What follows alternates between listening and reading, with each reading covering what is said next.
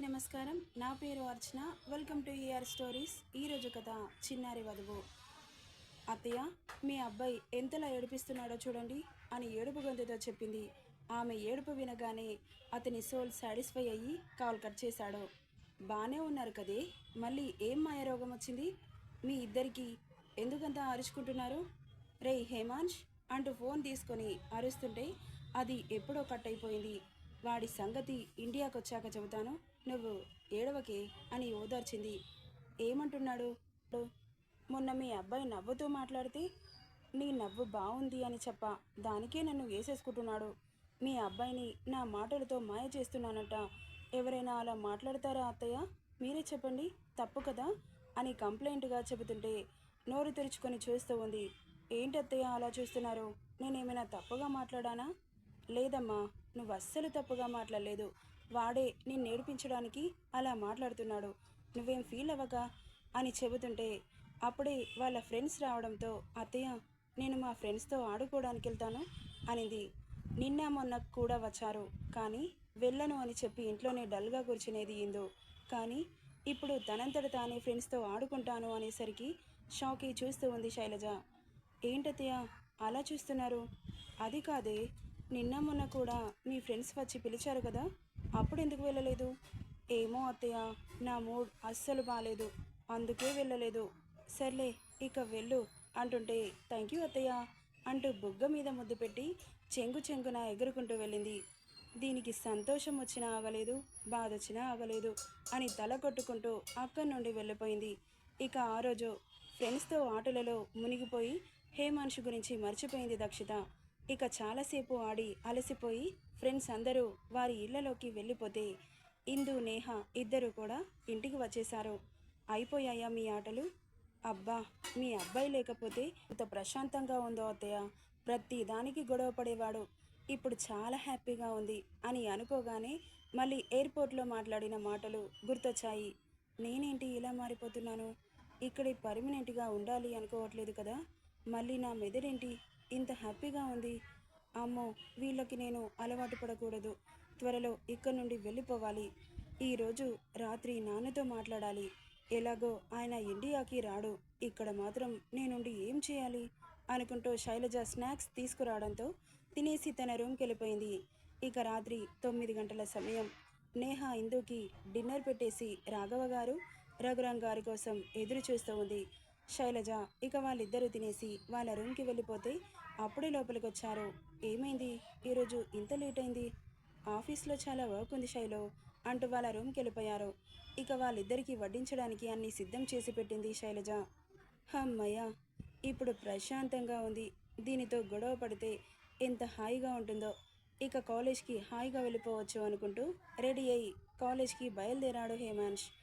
Hi him అంటూ అతని భుజం మీద చేయి వేసింది. హాయ్ డాలీ, ఇన్ని రోజులు ఎక్కడికి వెళ్ళావు?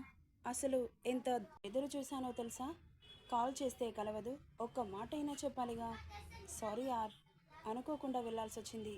సరే కానీ ఇన్ని రోజులు ఏం క్లాసెస్ జరిగాయో కాస్త ఎక్స్ప్లెయిన్ చేయవా అంటుంటే, ఓకే హేమ్, ఈరోజు క్లాసెస్ ఫినిష్ అయ్యాక మా ఇంటికి రా, అన్నీ ఎక్స్ప్లెయిన్ చేస్తాను అంటుంటే నో అన్నాడు. అదేంటి అలా అన్నావు? అయినా ఎప్పుడు మా ఇంటికి రమ్మన్నా ఎందుకు రావు? నేనేమైనా నిన్ను కొరుక్కొని తినేస్తానా అంటుంటే, అదేం లేదు, బట్ నాకు వేరే వాళ్ళ ఇంటికి వస్తే కాస్త అన్కంఫర్టబుల్గా ఫీల్ అవుతాను.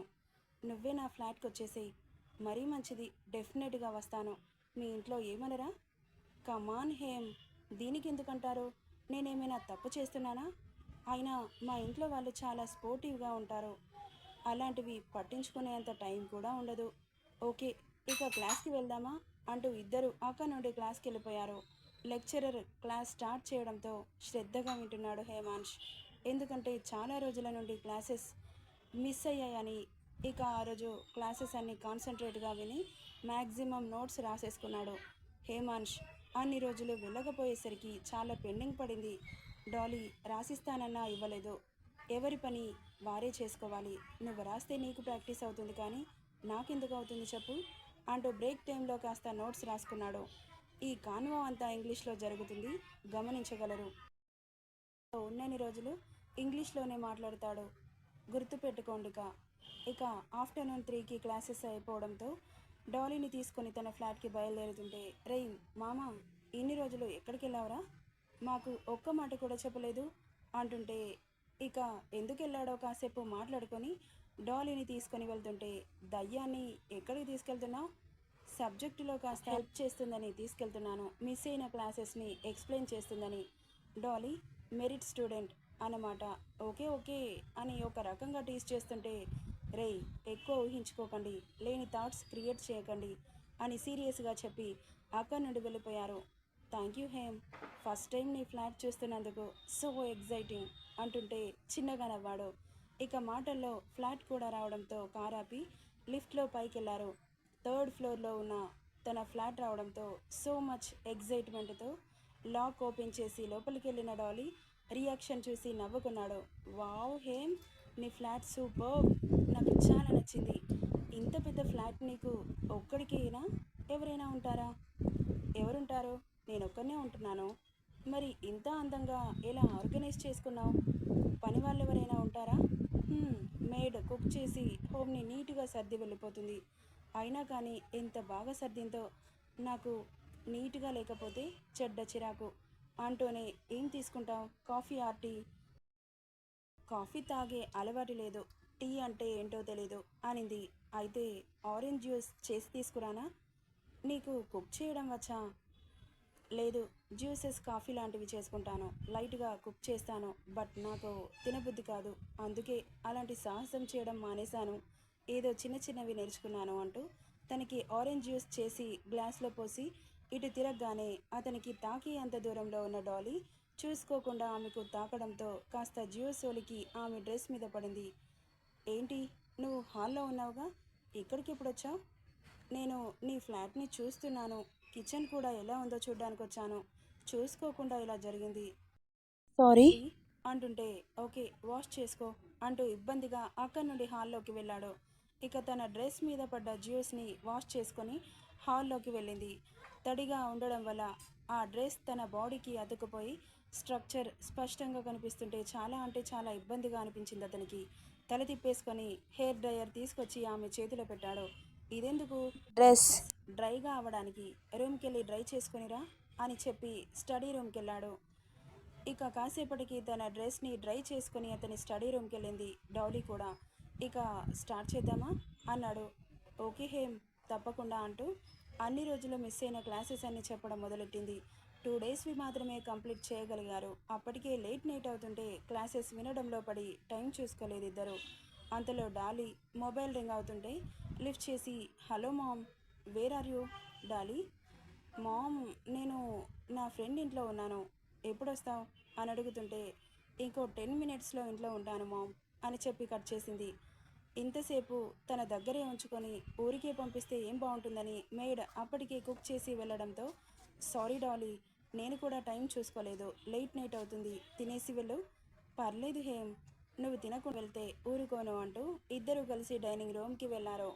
హేమ్ ఇద్దరికి వడ్డించడంతో ముచ్చట్లు చెప్పుకుంటూ డిన్నర్ పూర్తి చేసి డాలీని వాళ్ళ ఇంటి దగ్గర డ్రాప్ చేసి మరో గంట చదువుకొని నిద్రకి ఉపక్రమిస్తుంటే మోగింది మొబైల్. మామ్ అని స్క్రోల్ అవుతుంటే లిఫ్ట్ చేసి, హలో మామ్ అన్నాడు. నేను అనింది పాప. అప్పటి వరకు చికాగ్గా ఉన్న మనసు ఆమె వాయిస్కి కాస్త ప్లెజెంట్గా మారితే, నేను అంటే నీకొక పేరుంటుందిగా, ఇందుని మాట్లాడుతున్నాను. ఈ టైంలో కాల్ చేశారేంటో, మా నాన్నగారితో మాట్లాడు అంటూ మొబైల్ తీసి రాఘవ గారి చేతిలో పెట్టింది. చెప్పండి అంకుల్. బాబు, నువ్విక ఇండియాకి రావా, మా అమ్మాయిని పెళ్లి చేసుకోవా? లేదంకుల్, రాను. అయితే మా అమ్మాయిని తీసుకొని వెళ్ళిపోతున్నాను. ఎక్కడికి వెళ్తారు? ఏమో తెలీదు. పర్లేదు, మీరు మా ఇంట్లోనే ఉండండి. వద్దు బాబు, బంధం ఏర్పడితే నేను నా కూతురు ఉండేదానికి వాల్యూ ఉంటుంది, ఎలాంటి బంధం లేనప్పుడు ఉండడం సభ్యత కాదు. మీ ఇష్టం అంకుల్, బట్ నేను రాను అన్న సంగతి ఇప్పుడే మా ఇంట్లో చెప్పకండి అంటుంటే బాధగా, సరే బాబు చెప్పను అని కాల్ కట్ చేసి మెల్లగా మొబైల్ తీసుకొని శైలజ చేతిలో పెట్టింది. మాట్లాడావా? ఏమన్నాడే? ఏమంటాడు, ఏదో ఒక గొడవ పెట్టుకుంటూనే ఉంటాడుగా అనింది మ్యాటర్ చెప్పకుండా దాటేస్తూ. నైట్ ఇంటికి వచ్చిన తండ్రితో విషయం చెప్పి తండ్రికి కన్ఫర్మ్ కావడానికి శైలజ మొబైల్ నుండి తన కొడుక్కి కాల్ చేయమని చెప్పి రూమ్కి వెళ్ళి మాట్లాడింది. అప్పుడే రాఘవ గారు కూడా తినేసి లోపలికి రావడంతో తండ్రితో మాట్లాడించింది.